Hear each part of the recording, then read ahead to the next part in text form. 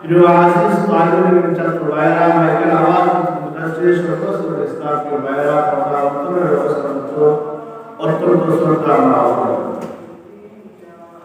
আজকে এই পবিত্র মাস রজব মাস পবিত্র দিন জুমার দিন রজব মাসের এই পবিত্র জুমার দিনে আল্লাহ পাক রব্বুল আলামিন আপনি আমাদেরকে আজকের এই মুবারক মসজিদের মধ্যে আল্লাহ তাআলার মসজিদে আসার বসার আলোচনা করার শোনার তৌফিক দান করেছেন।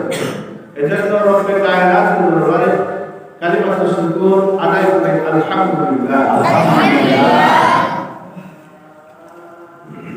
আল্লাহ পাক রব্বুল আলামিন আপনি আমাকে চলার জন্য পা দিয়েছেন, দেখার জন্য চক্ষু দিয়েছেন, বুঝার জন্য ব্রেন আল্লাহ তাআলা দান করেছেন, খাওয়ার জন্য হাত দিয়েছেন, ধরার জন্য হাত দিয়েছেন, কথা বলার জন্য মুখ দিয়েছেন, ভাষা স্পষ্ট করার জন্য আল্লাহ ক্ষমতা দান করেছেন। এই সব কিছু কে দান করেছে? আল্লাহ। আওয়াজ দিয়ে বলুন কে? আল্লাহ পাক রব্বুল আলামিনের বান্দা, তুমি কথা বলার মতো তোমার কোনো ক্ষমতা ছিল না। যখন তুমি তোমার মায়ের গর্ভ থেকে দুনিয়ায় আসছিলে তখন তুমি কথা বলার মতো কোনো ক্ষমতা তোমার ছিল না। আমি আল্লাহ তাআলাই তোমাকে কথা বলার যোগ্যতা দান করেছেন। সুবহানাল্লাহ। আল্লাহ তাআলা কোরআন কারীমের মধ্যে বলেছেন আর-রাহমান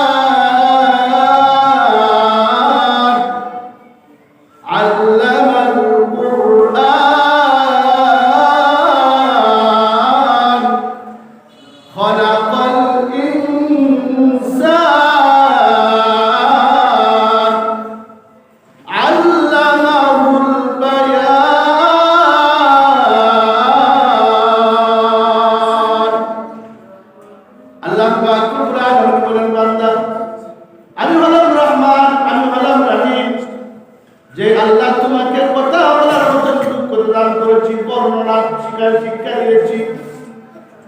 তুমি তোমার মাকে কি বলবে সেই যোগ্যতা তোমার ছিল না, যার সাথে কি কথা বলবে সেই যোগ্যতা তোমার ছিল না।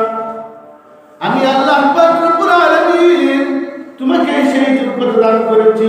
আল্লামাহুল বায়ান, সেই বর্ণনা কথা বলার যোগ্যতা কে দিয়েছেন? আওয়াজ দিয়ে বলেন আল্লাহ। আল্লাহ পাক রব্বুল আলামিন বান্দা, আমি আল্লাহ তাআলা তোমার দুইটা ঠোঁট দান করেছি, যে ঠোঁটের মাধ্যমে তুমি কথার শব্দগুলো উচ্চারণ করো। আল্লাহ তাআলা কুরআন কারীমের মধ্যে বলেন আলাম নাজআল লাহু আইনাইন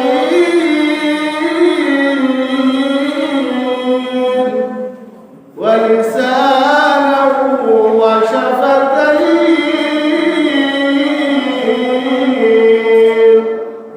আল্লাহ পাক রব্বুল আলামিন বলেন বান্দা, আমি কি তোমাকে দুইটা চোখ দান করিনি? যেই চক্ষু দুইটা দ্বারা তুমি সব কিছু দেখো।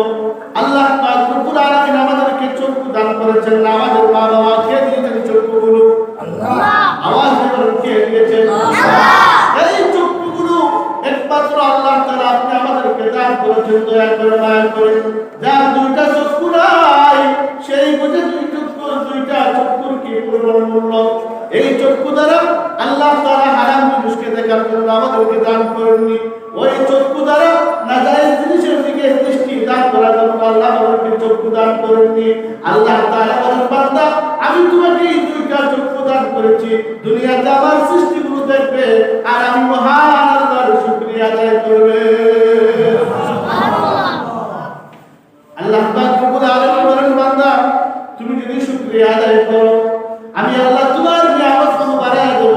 আর যদি শুকরিয়া আদায় না করো আমি আল্লাহ তোমার কাছ থেকে এই নিয়ামতগুলো ছিনিয়ে নেব। আল্লাহ তাআলা কুরআন কারীমের মধ্যে বলেন ফাযকুরুনি আযকুরকুম ওয়াশকুরুলি ওয়া লা তাকফুরুন। আল্লাহ পাক রব্বুল আলামিন বলেন সূরাতুল বাকারার এই আয়াতের মধ্যে আল্লাহ বলেন বান্দা, আমি আল্লাহকে তোমার স্মরণ করো, আমি করব আওয়াজ দেবেন সুবহানাল্লাহ সুবহানাল্লাহ। আল্লাহ পাক রব্বুল আলামিন বলেন বান্দারা তোমরা আমার নিয়ামতগুলো শুকরিয়া আদায় করো ওয়ালা তাকফুরুন তোমরা আমার নিয়ামতের না শুকরিয়া আদায় করিও না। আরেক আয়াতের মধ্যে আল্লাহ পাক রব্বুল আলামিন বলেন লা ইন শাকারতুম লা আযীদান্নাকুম ও দুনিয়ার ঈমানদার বান্দারা তোমরা যদি আমার নিয়ামত পায় নিয়ামতের শুকরিয়া আদায় করো আমি আল্লাহ লা আযীদান্নাকুম আমার নিয়ামত অবশ্যই অবশ্যই তোমাদের জন্য বাড়ায়া দেব সুবহানাল্লাহ। নিয়ামত বাড়ান কে? আল্লাহ। নিয়ামত দান করেন কে? আল্লাহ। এই নিয়ামতগুলো আবার ছিনিয়ে নেওয়ার ক্ষমতা কার আছে? আল্লাহ। আওয়াজ দেবেন কার আছে? আল্লাহ।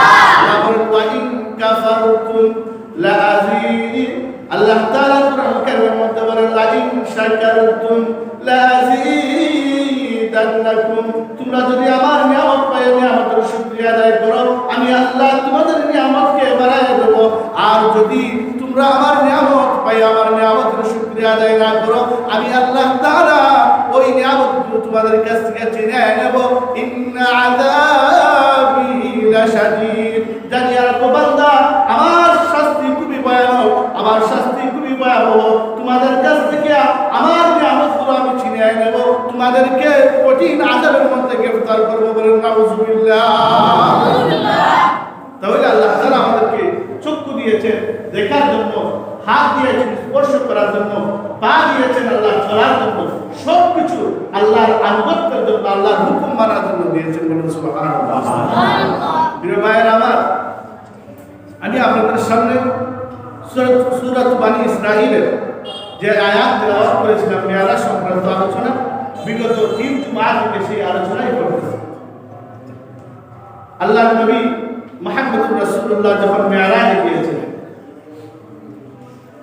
রাসূল যখন জান্নাতে গেলেন জান্নাত পরিদর্শন করার জন্য জান্নাত দেখবে তখন রাসূল হঠাৎ করে জান্নাতের ভিতরে যেন কে হাঁটাচলা করতেছে একটা আওয়াজ রাসূলের কানের মধ্যে আসলো সুবহানাল্লাহ সুবহানাল্লাহ।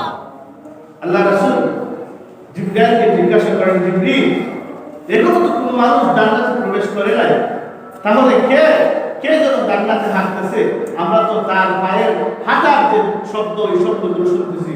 হযরত জিবরিল বলেন ইয়া রাসূলুল্লাহ এই ব্যক্তি দুনিয়ার সাধারণ কোনো ব্যক্তি নয় ওই ব্যক্তি আর কোন নবীর উম্মত নয় ওই ব্যক্তি আপনি নবী মুহাম্মদুর রাসূলুল্লাহর উম্মত আপনি নবীর মুয়াজ্জিন বেলাল হাঁটার চলার শব্দ আপনার কানে আসছে সুবহানাল্লাহ।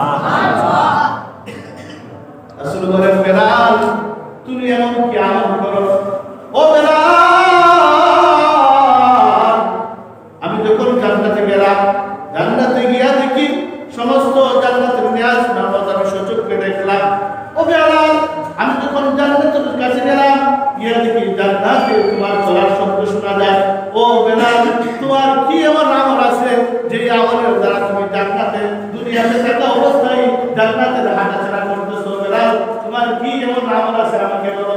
বেলাল বলে ইয়া রাসূলুল্লাহ ইয়া হাবিবাল্লাহ আমার কোনো বিশেষ কোনো আমল নাই একটাই আমল আমার আছে আমি যখন প্রত্যেক সময় ওযু করতাম ওযু করে মসজিদে প্রবেশ করে 2 রাকাত তাহিয়াতুল ওযু তার দুহুরুল মসজিদ 2 রাকাত নামাজ পড়তাম। আমার মনে হয় ওই ফজিলতের কারণে আল্লাহ তাআলা এই মর্যাদা আমাকে দান করেছে সুবহানাল্লাহ।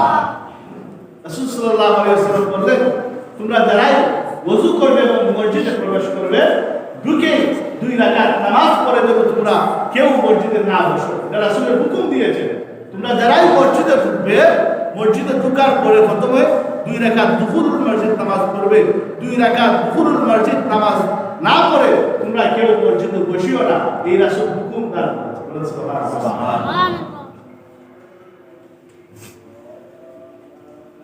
সাধারণত আমরা দুনিয়ার নিজাম যে দুনিয়ার যে একটা নিয়ম এই নিয়মেই লক্ষ্য করেছি আমরা যখন কোনো মানুষের সম্মানী কোনো মানুষের বাড়িতে অথবা কোনো আত্মীয়ের বাড়িতে মেহমান দিতে যায় তার জন্য কোনো কিছু হাদিয়া আমরা নিয়ে যাই কি বলে জান না কি বলে শ্বশুর বাড়ি গেলে মিষ্টি বাচ্চা নিয়ে যান না বিয়ের বাড়ি গেলে না গেলে তো আর মেহমান দিলে ভালো লাগে কি বলে ঠিক না।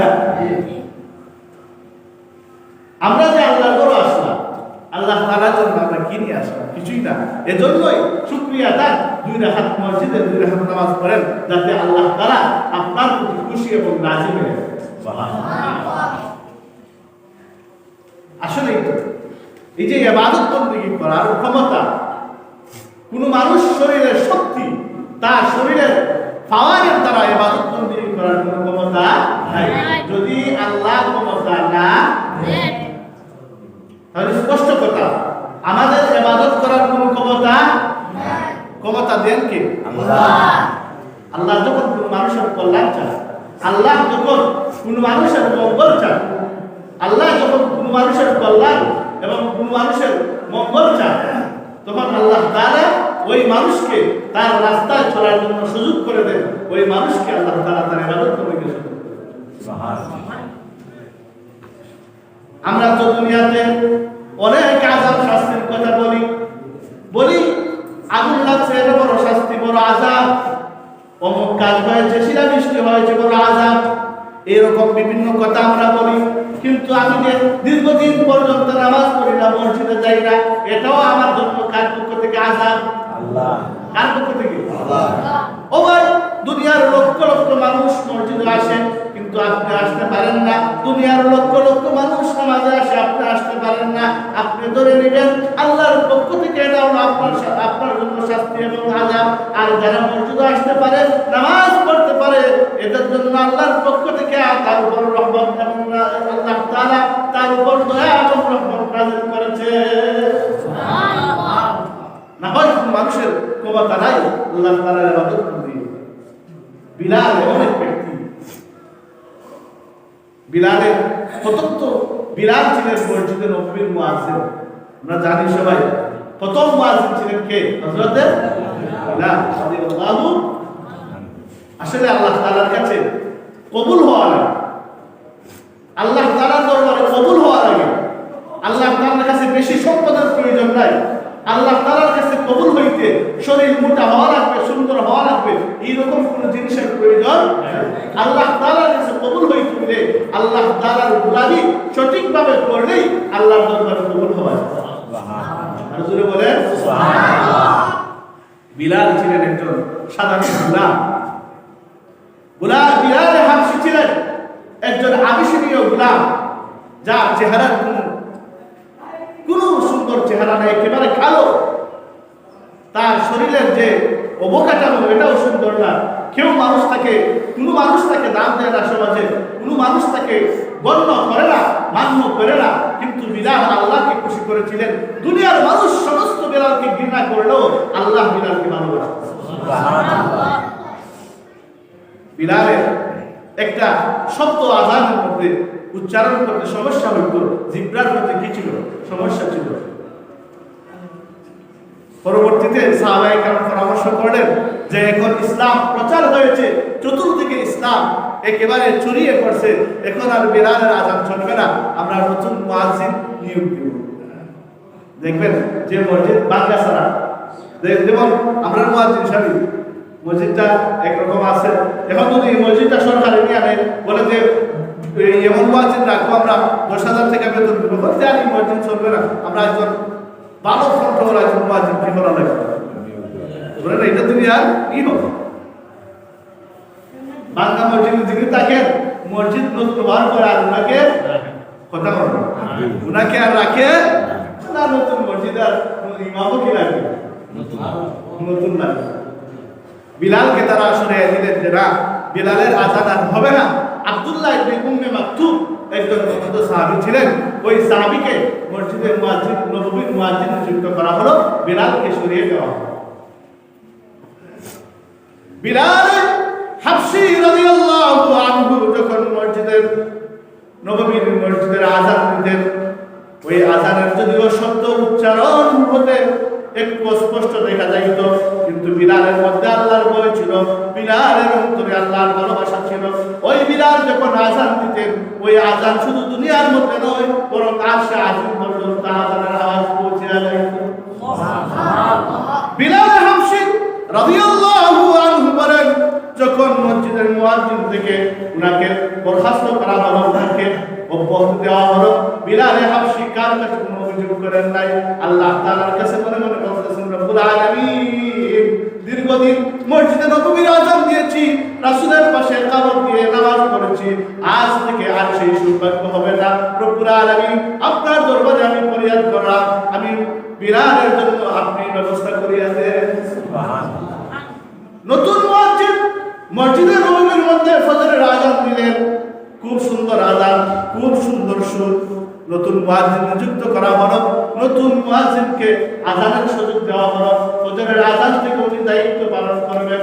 নতুন মুয়াজ্জিন হযরতে বিলালকে বাদ দিয়া যখন ফজরের আযান দিলেন, সমস্ত সাহাবায়ে কেরাম আযান শুনে মসজিদে চলে আসলেন ফজরের নামাজ আদায় করার জন্য। বলেন সুবহানাল্লাহ। আজকে সকলের মনে একটা বড় আনন্দ, নতুন মুয়াজ্জিন আযান হলো, খুব সুন্দর কথা বলেন, খুব সুন্দর। সবাই মসজিদে এসে নামাজের জন্য রেডি, সুন্নত ফিরা বসে থাকছে। দীর্ঘ সময় হইতেছে আর নবীজিও আসতেছেন না। আবার দেখা যায় যে এই রাত এখনো যেন গভীর হয়েছে, এখনো মানে এই ফজরের ওয়াক্ত যেন হচ্ছে। আযান হয়ে গেল, সুন্নত করে সবাই অপেক্ষায়। কি হলো এমন অবস্থা যে এখনো ফজরের ওয়াক্ত হয় না, নবীজিও আসেন না? কি হলো? সমস্ত সাহাবায়েরা অপেক্ষার মধ্যে পড়েছে। এদিকে নবীজি মসজিদের পাশেই কামরা, নবীজি কামরার মধ্যে আছেন, আর জিবরিল আমিন রাসূলের কাছে আসে, বলে নবীজি আজকে কি হলো? মসজিদের নববীতে কোনো আযান হয় না। বলেন সুবহানাল্লাহ। আযান হয় নাই? হয়েছে। আযান হয় নাই? নাই হইছে, হয়েছে। কিন্তু জিবরিল বলেন আযান এখনো হয় নাই। রাসূল বলেন কি জিবরিল কি বলো তুমি এগুলা? আজকে যে আযান হয়েছে, ইতিপূর্বে মসজিদে নববীর মধ্যে এমন কোনো আযান হয়নি, তুমি কি বলো আযান হয়নি? জিবরিল তুমি কি শুনো নাই? জিবরিল বলে ইয়া রাসূলুল্লাহ আমার কাছে কোনো অভিযোগের প্রয়োজন নাই, আমি একা আসিনি, আমাকে পাঠানো হয়েছে। সুবহানাল্লাহ। কে পাঠিয়েছেন? আল্লাহ। ও জিবরিল যাও আমার হাবিবকে গিয়া বলো আজকে কেন ফজরের নামাজ মসজিদ ফজরের আযান মসজিদে নববীতে হয় নাই।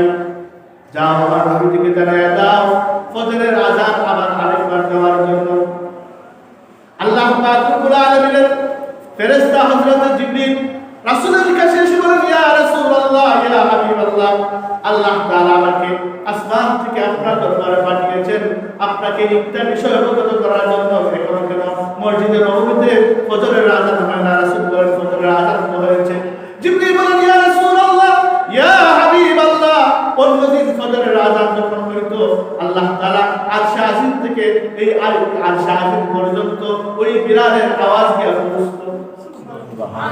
আল্লাহ তাআলা ওই বিলালের আযান শোনার পরে সূর্য থেকে বলতেন সূর্য তুমি উদিত হয়ে যাও। আল্লাহ পাক রব্বুল আলামিনের ভূমি সব কিছু চলে, আমরা জানি না সূর্য কার করেছে? আল্লাহ। والشمس تجري لمستقر لها ذلك تقدير العزيز العليم। আল্লাহ পাক রব্বুল আলামিন বলেন ওই চন্দ্র এবং সূর্য সব কিছু কার হুকুমে চলে? আল্লাহ। আল্লাহ তাআলা যদি বলেন সূর্য তুমি আজকে উঠিও না, সূর্যের কোনো ক্ষমতা নাই উদিত হওয়ার। আল্লাহ তাআলা যদি বলেন সূর্য তুমি অস্ত যাও না, আর সূর্যের কোনো ক্ষমতা নাই অস্ত যাওয়ার। সব কিছু কার হুকুমে চলে? আল্লাহ। বিলাল বলেন ইয়া রাসূলুল্লাহ ইয়া হাবিবাল্লাহ, আল্লাহ তাআলা বলেছেন আজকে মসজিদে নববীতে ফজরের আযান হয় নাই, কেন বেলালের আজকে মসজিদে নববীতে আযান দেয়নি? আবার গিয়ে বেলাল কি বলেন মসজিদে ফজরের আযান দেওয়ার জন্য। বেলাল যদি মসজিদে ফজরের আযান দেয় তাহলে আল্লাহ রাতকে দিন করবেন, না হয় আল্লাহ তাআলা রাতকে আর দিনে পরিণত করবেন না। কুলিল্লাহুম্মা মালিকাল মুলক তু'তিল মুলকা মিম্মান তাশাউ ওয়া তানজিউল মুলকা মিম্মান তাশাউ ওয়া তু'ইজ্জু মান তাশাউ ওয়া তুযিল্লু মান তাশাউ বিয়াদিকাল খায়র ইন্নাহু আলা কুল্লি শাইইন কাদির। সব ক্ষমতা কার? আল্লাহ। আওয়াজ বলেন কার? আল্লাহ। আল্লাহ তাআলা বলেন ইন্না ফি ইখতিলাফিল লাইলি ওয়ান নাহারি লাআয়াতিন লিউলিল আলবাব।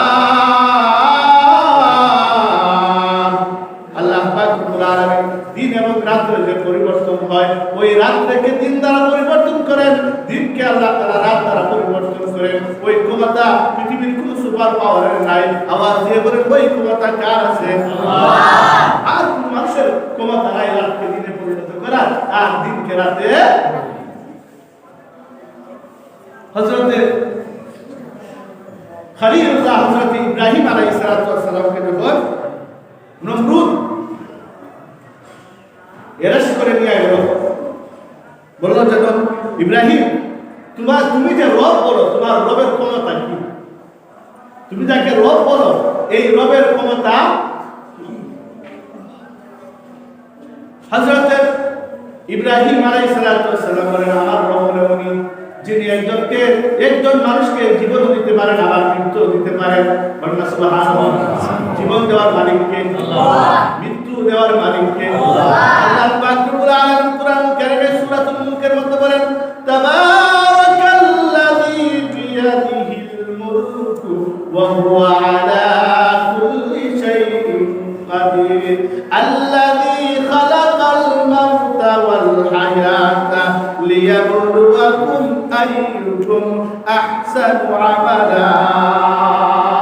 আল্লাহ বলেন আমি জীবনকে সৃষ্টি করেছি, আমি মৃত্যুকে সৃষ্টি করেছি। সুবহানাল্লাহ। হযরত ইব্রাহিম বলেন আরে নমরুদ, আল্লাহ তাআলা এই আমার রব বলেন ওই রব যে রবে একজন মানুষকে জীবন দান করেন আবার আরেকজনকে মৃত্যু দান করেন। সুবহানাল্লাহ। নমরুদ বলেন এটা তো আমিও পারি। বলেন নাউজুবিল্লাহ। নমরুদ কি বলে? আমিও পারি। সে এই কথা বলে জেলখানা থেকে দুইজন কয়েদি আনলো, যারা যাবজ্জীবন মানে এদেরকে ফাঁসির হুকুম হয়ে গেছে, অর্ডার হয়ে গেছে, কিছুক্ষণ পরে এদেরকে ফাঁসি দেওয়া হবে। দুইজন আনলো, আনার পরে একজনকে ছেড়ে দিল আর আরেকজনকে বললো ফাঁসি দেওয়া হবে। দেখছো নি আমি একজনকে বাঁচাইছি, আরেকজনকে কি করছি? আমিও এটা পারি। ইব্রাহিম আলাইহিস সালাম বলেন যে তোমার সাথে এই যুক্তি হবে না, তাকে এমন একটা যুক্তি দিব যে এই যুক্তি তুমি কেন বারবার আপনারা সত্য গোষ্ঠী ওই যুক্তিকে খণ্ডন করতে না। হযরত ইব্রাহিম বলেন নমরুদ আমার রব বলেন ওই সত্তা যিনি পূর্ব দিক থেকে সূর্য উদয় করেন পশ্চিম দিকে অস্ত যায়। ও নমরুদ তুমি যদি খুদাই দাবি করো, খুদা হয়ে থাকো, তাহলে ওই সূর্যকে পশ্চিম থেকে উদিত করে পূর্ব দিকে অস্ত নিয়ে দেখাও। কুরআন কারীমের মধ্যে আল্লাহ বলেন ফাকুরিতাল্লাযী কাফার। নমরুদ একবার নিশ্চুপ হয়ে গেল, জবাব দেওয়ার আর কোনো ক্ষমতা। তাহলে কুরআন সূর্য এবং চন্দ্র কার হুকুমে চলে? আল্লাহ। হযরত বিলাল রাদিয়াল্লাহু আনহুকে জিবরিলের আমিন বিলাল রাদিয়াল্লাহু তাআলা আনহুর কথা বলেন, ওগো নবীজি বিলাল যদি মসজিদে নববীতে আযান না হয় আল্লাহ তাআলা ওই রাতকে আর দিনে পরিণত করবেন না। এজন্য আল্লাহ ইকবাল করেছেন যে আযান তো অনেকই আছে কিন্তু বিলালের আযান তো। আল্লামা ইকবাল রাহমাতুল্লাহ আলাইহি উর্দু কবিতার মাধ্যমে খুব সুন্দর বলেছেন যে ফলসফা তো অনেকই আছে, চিকিৎসা বিজ্ঞান অনেক আছে, সাহিত্যিক আধ্যাত্মিক অনেক কিছু আছে, কিন্তু ইমাম গাজালির মতন এখনো কোনো দার্শনিক সৃষ্টি। হযরত আল্লামা ইকবাল রাহমাতুল্লাহ আলাইহি বলেন মসজিদ তো অনেকই আছে, আযান তো অনেকই দেয়, কিন্তু বিলালের আযানের মতো আর কোনো আযান হবে না। বলেন না সুবহানাল্লাহ। যারা আযান দেয় এদের ফজিলত কত জানেন? রাসূল বলেন আকবারুল আ'দা ইয়াউমুল কিয়ামah, কিয়ামতের দিন সমস্ত মানুষের মাথার উপরে তাদের মাথা থাকবে, তার গর্দনা অনেক লম্বা থাকবে, মানুষ দেখেই নিবে যে এরা দুনিয়ার সমস্ত মুয়াজ্জিন সাহেব। ওই দিন বুঝবে মুয়াজ্জিনের ফজিলত আছে কি। এখন দুনিয়ার মুয়াজ্জিন কি বলে ও মুয়াজ্জিন, এটা আমরা অবহেলা করি, কিন্তু মুয়াজ্জিন অনেক ফজিলতপূর্ণ একটা কাজ। যে মুয়াজ্জিন উনি আযান দেন, হাদিসের মধ্যে আছে ওই আযানের আওয়াজ প্রত্যেকটা গাছটি প্রত্যেকটা প্রাণীর কানে গিয়ে পৌঁছে না। কাল কিয়ামতের দিন ওই সমস্ত গাছটি সমস্ত গৃহপালিত প্রাণী যাদের কানে গিয়া মসজিদের মুয়াজ্জিন সাহেবের আযান পৌঁছেছে, আল্লাহ পাক রব্বুল আলামিনের কাছে গিয়া ওই সমস্ত প্রাণীগুলো সাক্ষী দেবে রব্বুল আলামিন, আমরা শুনেছি আপনার এই বান্দা সারা পৃথিবীর মানুষকে, সারা এলাকার মানুষকে আপনার রাস্তায় আহ্বান করেছে।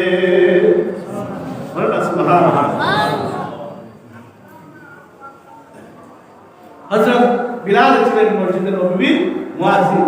এই বিলাল দুনিয়া দেখতে রাসূল বলেন আমি মেরাজে গিয়ে দেখি বিলাল দুনিয়ায়, কিন্তু তার যে হাঁটা চলা জান্নাতের মধ্যে। সুবহানাল্লাহ। রাসূল সাল্লাল্লাহু আলাইহি ওয়াসাল্লাম মেরাজে গিয়েছেন, এই আলোচনা দুই জুমা আমি করেছি।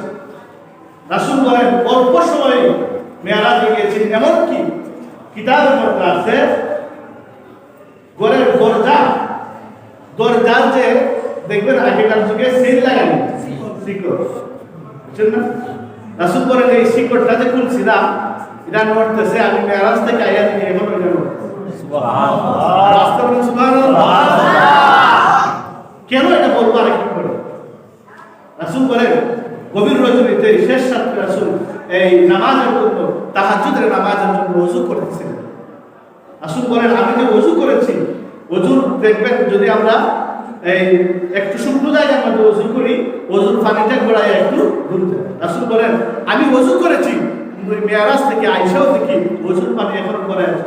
সুবহানাল্লাহ। এখনো গড়ায় কেন?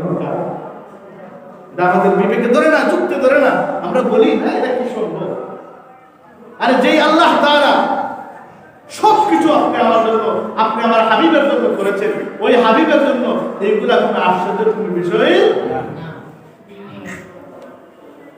দেখবেন প্রধানমন্ত্রী আসবেন আজকে হবিগঞ্জ, এজন্য সমস্ত কাজগুলো বন্ধ, আর কোন কাজ আজকে চলবে না। সমস্ত রাস্তাঘাট একদম ক্লিয়ার, সমস্ত এই অফিস আদালত সমস্ত মানুষ গিয়া সেই প্রধানমন্ত্রীকে সেফ দিবে। সারা জেলার যত ফোর্স আছে সমস্ত ফোর্স গিয়া এই আপনার প্রধানমন্ত্রীকে কি করবে? সেফ দিবে, স্বাগতম জানাবে। এই জন্য সমস্ত কাজগুলো কি থাকবে? বন্ধ থাকবে। আল্লাহ তাআলা বলেন আমি আমার হাবিবকে দুনিয়ার যাকে সৃষ্টি না করে আমি আসমান এবং জমিন সৃষ্টি করতাম না, ওই হাবিবকে আমি দুনিয়া থেকে মেরাজে আনবো, দুনিয়ার কোনো কাজ চলবে না, কিছু সময়ের মধ্যে হলেও আমি আল্লাহ সমস্ত কাজগুলো বন্ধ করে দেব। সুবহানাল্লাহ। রাসূল মেরাজে গিয়েছেন, দুনিয়া থেকে আসমানে একবারে আরশে আজিম পর্যন্ত দুনিয়ার সমস্ত কাজগুলো আল্লাহ অফ করে দিয়েছেন। সুবহানাল্লাহ। দুনিয়ার সমস্ত কাজগুলো আল্লাহ তাআলা কি করে দিয়েছেন? অফ, স্থগিত করে দিয়েছেন। কারণ দুনিয়া কার নিয়ন্ত্রণে চলে? আল্লাহ। কার হুকুমে চলে? দুনিয়া আর কার হুকুমে চলে না, একমাত্র আল্লাহ তাআলা। ওই দিন হুঙ্কার দিয়ে বলবেন রাজত্ব করেছো, লিমানিল মুলকুল ইয়াউম লিল্লাহিল ওয়াহিদিল কাহ্হার। আল্লাহ পাক বলেন ওই দিন আল্লাহ হুঙ্কার দিয়ে বলবেন আজকের দিনের রাজত্ব কার? এই দিনের রাজত্ব আমার ছিল, দুনিয়ার রাজত্ব আমি আল্লাহ। রাসূল সাল্লাল্লাহু আলাইহি ওয়াসাল্লাম যখন মেরাজ থেকে আসতেছেন, হযরত মুসা আলাইহিস সালামের সাথে সাক্ষাৎ। কার সাথে? যেই কথা আমি গত জুমা থেকে আলোচনা করেছিলাম, এই আলোচনা এখান থেকে শুরু। মুসা আলাইহিস সালামের সাথে সাক্ষাৎ। মুসা আলাইহিস সালাম বলেন মুহাম্মদুর রাসূলুল্লাহ, আপনি যে আল্লাহ তাআলার সাথে সাক্ষাৎ করতেছেন, আমি আপনাকে দুনিয়াতে যেতে দেব না। আমার দুইটা কারণ। কয়টা কারণ? একটা কারণ হলো আমি দুনিয়াতে থাকা অবস্থায় আল্লাহ তাআলাকে দেখার জন্য আবেদন করেছিলাম। আল্লাহ তাআলা জানিয়ে দিয়েছেন লান তারানি, মুসা তুমি আমাকে দেখতে পারবে না। আমি দুনিয়াতে দেখতে পারিনি, আপনি দুনিয়া থেকে আইসা আল্লাহ তাআলা আশা আজমের সাথে আল্লাহ তাআলাকে দেখেছেন। আমি যদি আল্লাহকে নাও দেখতে পারি, আপনি আল্লাহকে দেখেছেন, এজন্য আমি আপনাকে দেখার জন্য দাঁড়িয়ে আছি। সুবহানাল্লাহ। আমি আল্লাহকে দেখতে পারিনি, কিন্তু আপনি মুহাম্মদুর রাসূলুল্লাহ আল্লাহকে দেখেছেন, আমি আপনাকে দেখার জন্য দাঁড়িয়ে আছি। সুবহানাল্লাহ।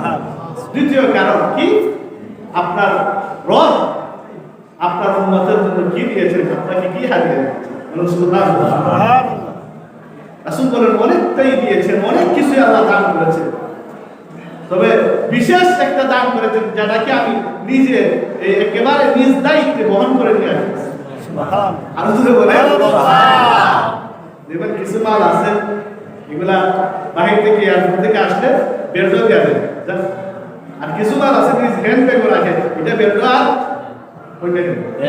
বেরো আর দেয় না, কারণ এটা মূল্যবান জিনিস। বেরো দিয়ে দিলে ফেরত ফিরে নিয়ে গেলে এটা ফেরেশান করতে আর ব্যাগ দিয়ে দেবে। তো তার যে মূল্যবান জিনিসগুলো আছে ওগুলো হ্যান্ড ব্যাগের মধ্যে রেখে দেয় যাতে তার হারিয়ে না যায়। রাসূল বলেন অনেকগুলো হয়েছে, সবকিছু আমি আল্লাহ বেলতে হারিয়ে দিয়েছি, একটাই রেখে দিয়েছি নিজ দায়িত্বে। আমি আল্লাহ তাআলা এই হাদিসা নিজ দায়িত্বে আমি দুনিয়াতে আমার উম্মতের জন্য সুবহানাল্লাহ। সেটা আমার কি রাসূল বলেন, সেটা হলো আল্লাহ তাআলা আমার উম্মতকে 50 ওয়াক্ত নামাজ পড়ান। সুবহানাল্লাহ। 50 এখন আবার এই অনেকে যুক্তি দেখায়, বুঝবেন বিষয়টা বুঝবেন। যুক্তি দেখায় যে আল্লাহ তাআলা যদি 5 ওয়াক্ত নামাজই দেওয়ার কথা ছিল তাহলে 50 ওয়াক্ত কেন দিলেন? আর 50 ওয়াক্তই দিলেন যদি তাহলে আবার 5 ওয়াক্ত আনলেন। একটা প্রশ্ন আছে যে আল্লাহ তাআলা ওই 50 ওয়াক্ত দিলেন যে আবার কমাইলেন কমাই আসে আর বাড়াইয়া দিলেন। প্রশ্ন বুঝছে না? এটা কারণ আমি যেটা পাইছি হয়তো কোনো কিতাবও আমি পাইছি না, নিজের এই একটু চিন্তা ফিকিরের মাধ্যমে এটা পাইছি যে আল্লাহ তাআলা চান যে আমার হাবিব যাতে যান গিয়ে আবার যেন বারবার আমার কাছে আসেন, আমি যেন আমার হাবিবকে বারবার দেখতে পারি। এজন্য আল্লাহ 50 ওয়াক্ত নামাজ ফরজ দিয়েছেন, এরপরে কমাই আবার 5 ওয়াক্ত করেছেন। সুবহানাল্লাহ। কারণ বন্ধুরে দেখতে চায়, ছাড়তে চায় না, এটা দুনিয়ার কি। আর আল্লাহ তার হাবিবের মতো কি মহব্বত, এটা তো ভাষায় প্রকাশ করার মতো। যাই হোক, হযরতে মুসা বলেন যান আপনি কি আল্লাহ তাআলার কাছে বলেন, হে আল্লাহ এই 50 ওয়াক্ত নামাজ আমার উম্মতরা আদায় করতে পারবে না, আপনি কমায় দেন। রাসূল বলেন কি বলেন, আমার দ্বারা এই সম্ভব না আল্লাহ তাআলার কাছে যাওয়া, আমি কি আবার যেতে পারবো? মুসা বলেন নবীজি আল্লাহ তাআলা যে রাস্তা এখান থেকে আসা পর্যন্ত করেছেন এটা আর কোনো মানুষের জন্য নয়, এটা আপনাকেই যাওয়া আসার জন্য। সুবহানাল্লাহ। আল্লাহ পাক কোরআন বলেন ওয়া মিনাল লাইলি ফাতাহাজ্জাদ বিহি নাফিলাতান লাক আসা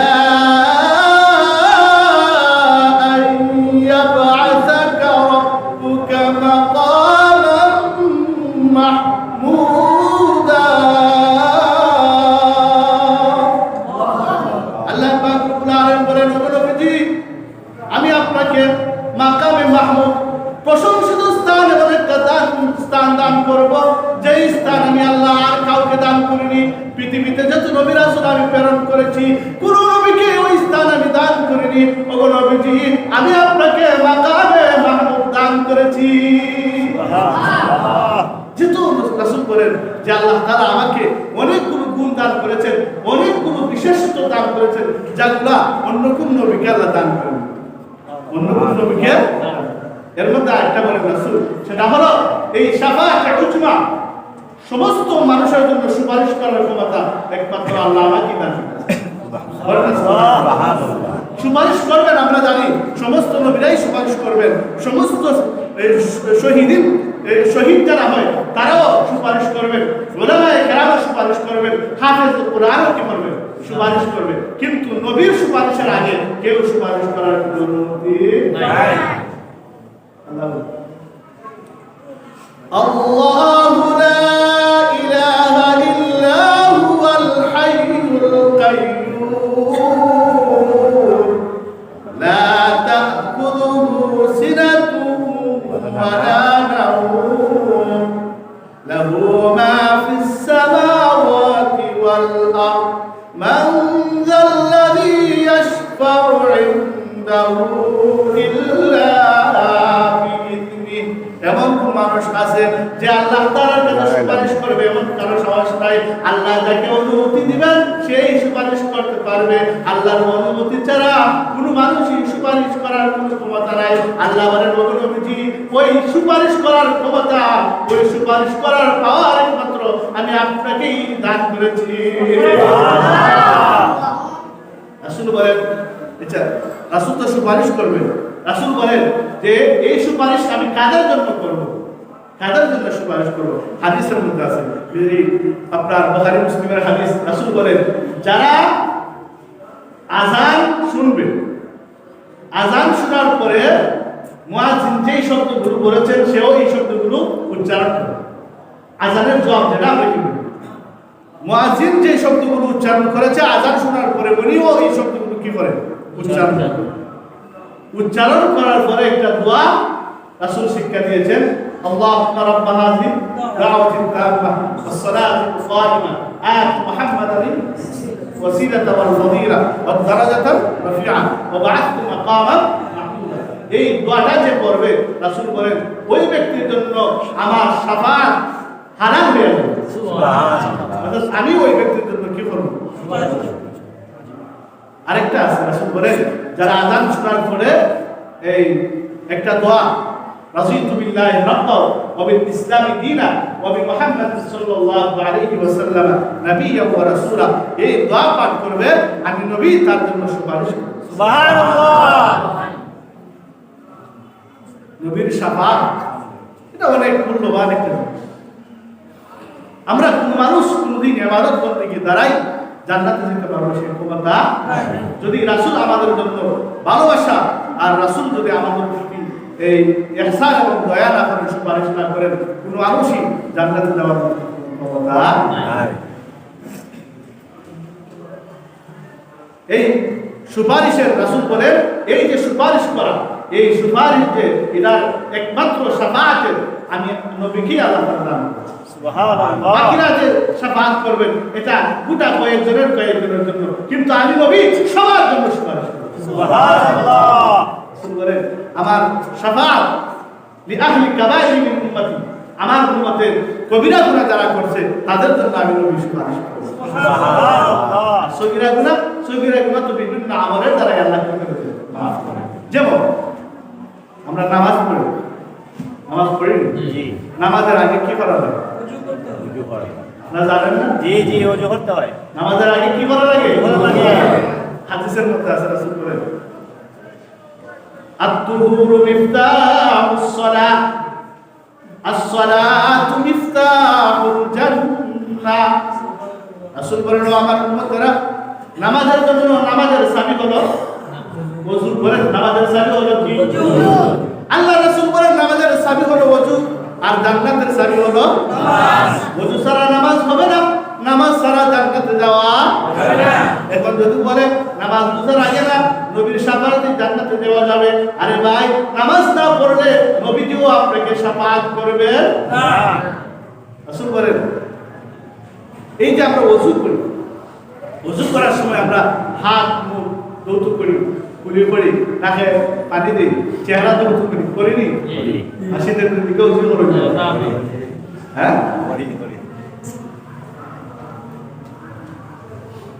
হাদিসে তিরমিজি শরীফের হাদিসের মধ্যে রাসূল বলেন ইযা তাওয়াজ্জাল আব্দুল মুমিন, রাসূল করিম সাল্লাল্লাহু আলাইহি ওয়াসাল্লাম যখন বলেন আমার কোন মুমিন বান্দা ওযু করার জন্য যখন তার হাত ধৌত করে, আমার মুমিন বান্দা যখন ওযু করার জন্য তার চেহারা ধৌত করে, তার পা ধৌত করে, আল্লাহর হাবিব বলেন ওই ওযুর পানির মাধ্যমে তার হাতের গুনাহ, পায়ের গুনাহ, চোখের গুনাহ, চেহারার গুনাহ, সমস্ত গুনাহগুলো ওযুর পানির সাথে জড়িয়ে যায়।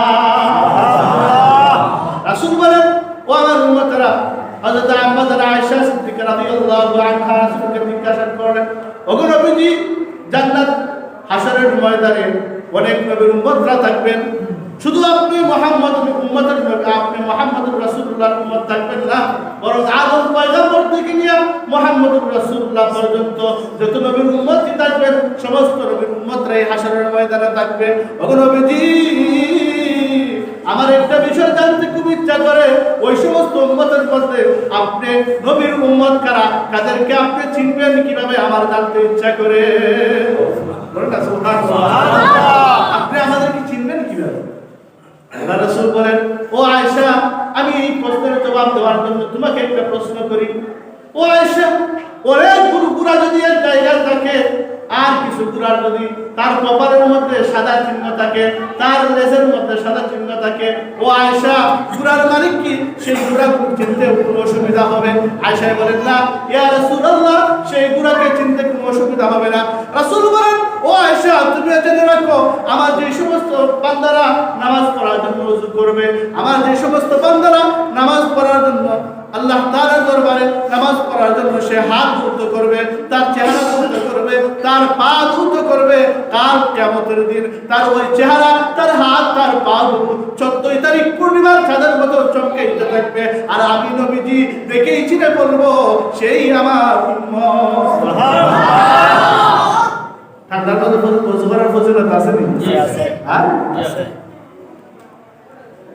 তাহলে রাসূল আমাদের জন্য মেরাজ থেকে, আমরা তো শুধু মেরাজের আলোচনাই করি, আবার অনেকেই আছে মেরাজের রজনী 27 তারিখ এই নামাজ পড়বো, রোজা রাখবে, আর সারা বছর কোনো কি নাই, নামাজ রোজ খবর। এই বিশেষ কোনো দিনের জন্য ইসলাম নির্দিষ্ট না, বরং নামাজ আপনার সারা বছরই পড়তে হবে। পুরুষের জন্য একেবারে সাকরাতের আগ পর্যন্ত নামাজ রাখি, বরং এর আগে নামাজ মাফ নাই। কিন্তু সারা বছর নামাজ পড়া যায়, সবাই মেরাজ করতে নামাজ পড়ে, বুঝছেন? সারা রাত নামাজ পড়িয়া ফজরের আগে ঘুমাই ফজর করতে যায়, এরকম নামাজের কোনো ফায়দা নাই।